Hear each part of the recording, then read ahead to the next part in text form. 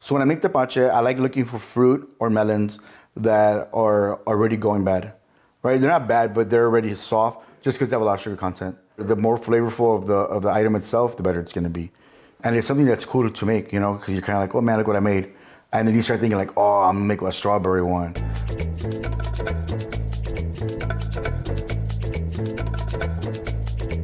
So people that don't know, it's kind of like making like hooch, white lightning, you know, mead. It's all kind of the same, you know, like in prison, you know, they get bread to ferment their sweetness, all their berries, you know, liquid to make their stuff. Not that I know, I've heard stories. But what we're gonna be making is something that they make in Mexico a lot. One of my mentors used to make it for us all the time. I used to make it for my cooks. Now that I don't work there anymore, I can talk about it. I used to make it for all the time and I got them all drunk. This is pretty simple. All we're gonna need is fruit. We all have, and it can be any kind of fruit. It doesn't have to be a certain thing, you know, but anything that's past maturity, so anything that's already getting soft, it's gonna work. You know, just because we're trying to implement as much sugar as we can into this drink, because what's gonna happen is that the yeast is gonna start converting that sugar into alcohol, is what we want, right? So you get a packet of yeast, you can buy it almost anywhere. I know like our store that's right here, they're like 40 cents. They sell them by the packet too, so I usually just use one. I use sugar. Brown sugar. I use honey just because I like the flavor of it and the sweetness of it. And if you go to the dollar store, guess what? They're $1. You don't gotta go to any fancy place and get like a $10 one, you know? And then, you know, like when you clean your fruit, we have all the peelings that we had talked about, you know? So we have, you know, all the sides and stuff. All that's gonna implement all that flavor you're looking for. Okay, so what we're gonna do is we're gonna add water first, you know? And everyone asks, how much water do we need? Well, it's how much you're gonna drink. If you can make a little bit just for you, make a little bit. You know, me, I like to get outside and get drunk and then feed my squirrels, you know. My wife gets mad because we don't have squirrels, you know, so I'm out there just feeding bread to the ground. So, once again, this is not my kitchen, so I have no idea how this works. Oh, there we go. Okay, so you could use a pitcher, you could use a bowl, you can use almost anything, but like I said, this is not my kitchen, so I have no idea where anything is at. You know, my friend left and she left me alone and all I could find was this mixing pot. Okay, so we have water, you see? Like everyone's water, right? Okay, so then what we're gonna do first is we're gonna add honey, right? How much honey? How drunk do you wanna get? It's like making mead, you know, the same thing where it's honey and the yeast. You know, it's just helping it along. A lot of people like to use like agave nectar, or you can use brown sugar or just regular sugar if you want to. Everyone that notices when I cook, I kind of just eyeball it, and I kind of think to myself, is that gonna be good? Yeah, it'll be good. If not, I'll do what my grandma always says, échale sal. Is that salt? It'll be okay. Okay, so we get the okay, another thing, guys, you see this? I have no idea what this is. I think it's a whisk. I don't know. Well, anyway, okay, so now we're gonna mix this, you see? We're gonna mix it until all the honey goes away, right? We're trying to get all the honey into it, you see? And now we have like a brownish water, honey water, right? Okay, so now we got that. I know, right? Why the difficulty when we could just buy liquor? Okay, this is fun. Oh, make sure you label this, man, so your kids don't get drunk. Because then what's gonna happen? You're gonna have poor Pedro drunk, to be in trouble. You know? Okay, now we're gonna get the yeast. Okay, now the yeast, we're gonna throw in this dude, right? And that's what yeast looks like. That's what yeast looks like, right? It smells like bread.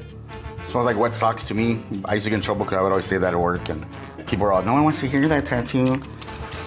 Okay, and then we mix it like this, right?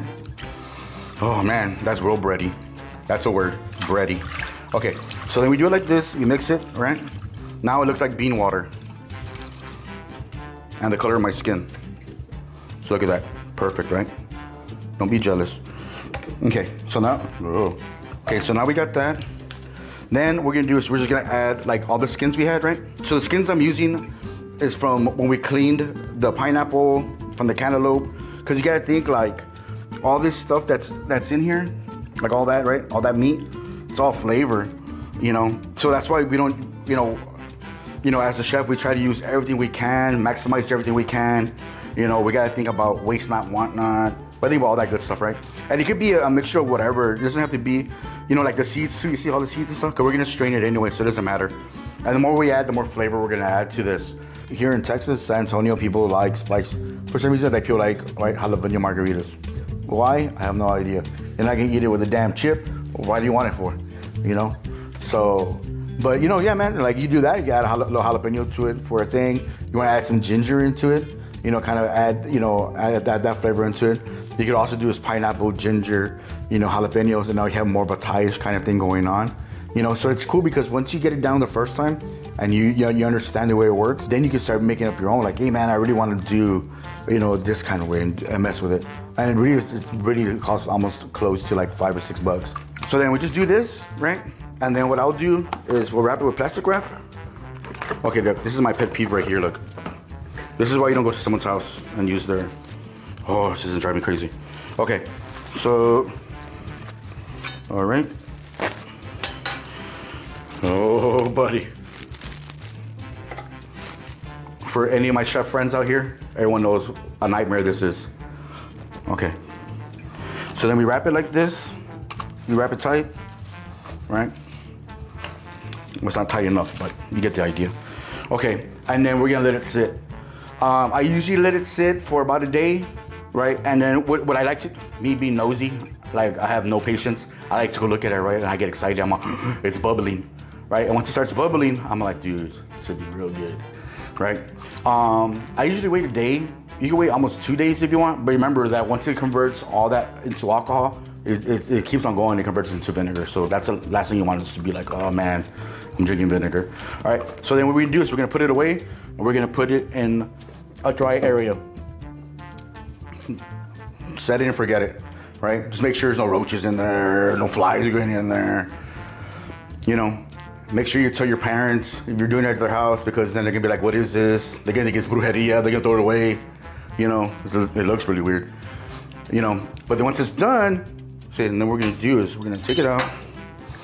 Okay, and then it's done, right? To the other batch. So then you get your fancy cup. See, the best thing is you have to get a cup like this, so no one knows what you're up to. They think you're drinking chocolate milk or something. No one knows that you're getting all drunk in the front steps. So what I like to do is, then you strain this. You strain it, put it in your fridge, you're good. You know, what I usually do is I just get a ladle like this. Yeasty. You can also do is don't use fruit at all and just do honey, and it comes out very well as well. But I like to just fill up my fancy cup, and I like to drink at the bus stop and check out the buses pass by. Yeah, it's good. I didn't think it was gonna be good, but it's good. But yeah, so it's super easy. It's, you know, yeast, honey, water. And from there, you can be, you know, be creative. You can add jalapenos to this. You want it to be a little spicy, be a little different. You can also just do the sugar, water, and yeast. You can do honey and water. You know, as long as you have that yeast, you can convert it to whatever you want to convert it into. So, as long as, you know, the longer it sits, the stronger it's gonna get, obviously, right? As long as it's converting that sugar. But once it stops, it converts into vinegar, right? So we gotta watch out. The Tepache is pretty strong, man. I would say maybe like a little bit less than a whiskey. Like percentage-wise, I don't know. I don't have that little thing to check it out. You know, it's really weird, but this is what I do. If I take a drink and I bite my tongue, and I can feel it, you know, it's not strong enough. You know, I gotta drink it and then bite my tongue and be like, yeah, I don't feel that. Then I know it's the right way to go.